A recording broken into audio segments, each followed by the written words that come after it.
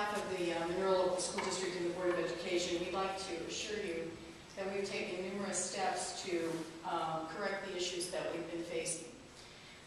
We've had multiple audits that are finished and or continuing to occur as we speak. We've had a state financial audit. We are expecting the results of that in 2 weeks. That will indicate what actually occurred in the accounting process in the school district, so that will be hopefully something that clarifies for everyone what actually occurred. We are in the process right now of having a deficit audit, which will declare what our deficit actually is. And as most of you probably know, we have two different things occurring at this point in time.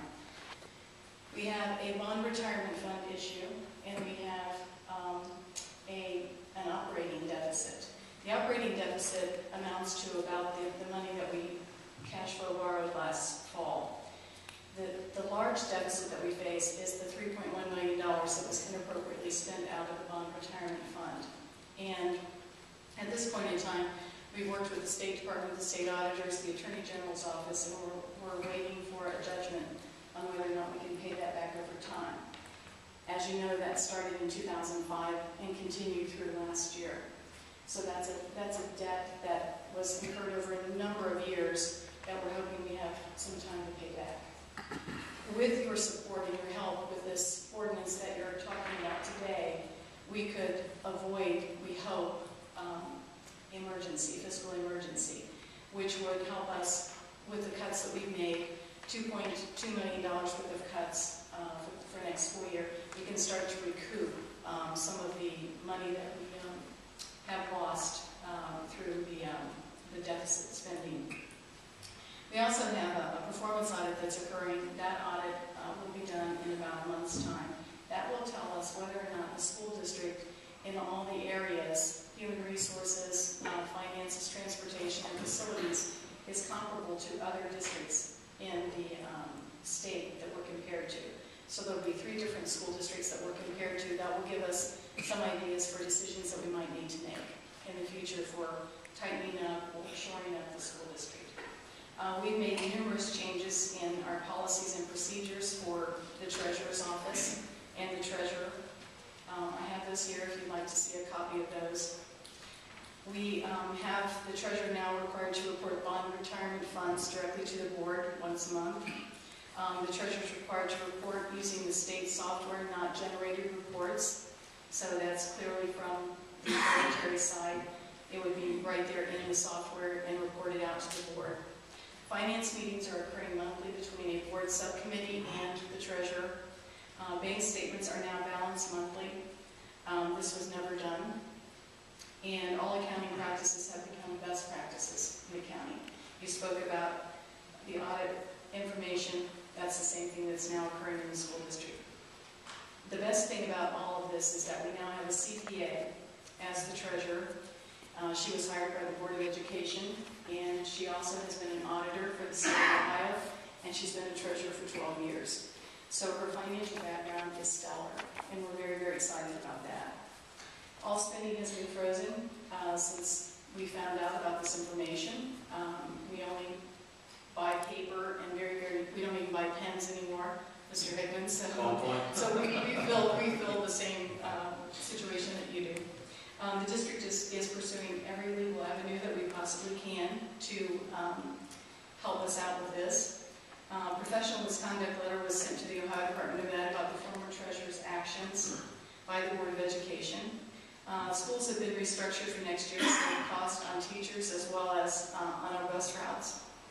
And our second grade is moving back to the Yankee Road building because we now have space because of the cuts we've had to make. So all modular units will be removed, and that will be a maintenance and utility savings for the district. I've already spoken about the cuts that have been made. That's 24 positions that have been eliminated, as well as athletic cuts and athletic busing cuts. The district officials have met with the state auditors, and we're awaiting their report back to us at this time. And we've also facilitated community groups to try and help raise money to offset the deficit.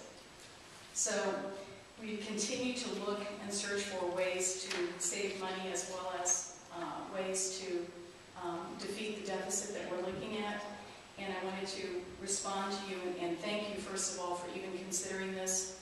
But I also want to express to you that we have taken actions.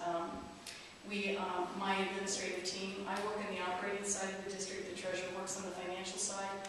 My administrative team and I spend the budgets we were given, we take responsibility for that. We now know that we were probably overspending since 2005 by about $1.2 million, and we are taking care of that issue at this point in time. So I'd like to thank you for your time, and if you have questions of me, I would be happy to answer those. Are there any questions? You know, I don't have a question, but if I may make a comment. Having been with the city through our fiscal emergency, I'm so sorry that you're even on the verge of that. And that's why I really enjoyed hearing our very innovative Mrs. Rubin's idea of fast forwarding that payment, which we would pay to the school system anyways, to fast forward it, because we don't want our school to have to go through what the city did. It's not what we want to be going through. So good luck to you. And I really enjoyed in the most recent Observer, your treasurer's comments and explanations. It's probably the best explanation I've heard about what had occurred, how it occurred, and answered the questions about why is it your board or yourself as superintendent didn't catch it earlier. It sounds like you've got a really good treasurer that's really going to help you get through this. You just can't have Mrs. Wagner. She's ours. And hopefully you get the same results from the new treasurer that we did that can help get through this quicker. I really appreciate your comments. We're very pleased. Of course, the treasurer and the superintendent are employed by the Board of Education, so I cannot take credit for hiring her. The Board of Education gets that credit, and they searched and looked for someone who could actually guide us through this situation that we're in. We're very, very pleased that she's here, and I know the board president, vice president, members that are here would echo those sentiments. So I do appreciate your time tonight, and I thank you very much for your consideration. Thank you. Yes. You wouldn't mind one more question? Yes. You're working with a time constraint with the state. What is that time constraint? We are required to supply a recovery plan by April 2nd. Today I've requested that we have a 30-day extension of that requirement because we have not heard back from the state auditor's office about the payment plan that we requested on March 5th. They will probably grant that. They'll either grant a 15-day or a 30-day leeway for us. At that point in time, we'll have to submit the plan, and if we know that we're going to have some cash coming in, we can put that as part of the plan. If we know that we aren't going to have something coming in, then we probably will likely have to just go ahead and do the resolution for emergency at that point in time. So our time frame for having the actual cash would be about the middle of June. We cannot show a deficit by June 30th. I just have one comment, Dr. Lawley. I was at the traffic light at the primary school the other day, and as one of the buses was exiting on Britton Lane, there was one child on that bus. Have you looked at the idea of changing routes or including children on a different route so that you're not using one bus to transport one child home? May I ask you for clarification, was it a midday route that it might have been a preschool child? No, this would have been like 3:15 or something. No, that would not be a preschool route. We are required by law to provide transportation for our special needs preschool children. And so sometimes you may see one or two children on the bus because of that, but we've tried to route that a different way. We've been working with the Peterman Company, and we still are working with the Peterman Company about trying to reduce our cost to about $300,000 less than what we're paying right now to get that savings for the number of routes. We are doing a study of how many students are on each bus. Actually, as we speak, we've started that 2 days ago, and no, today's only Tuesday, 1 day ago. It feels like it's Wednesday.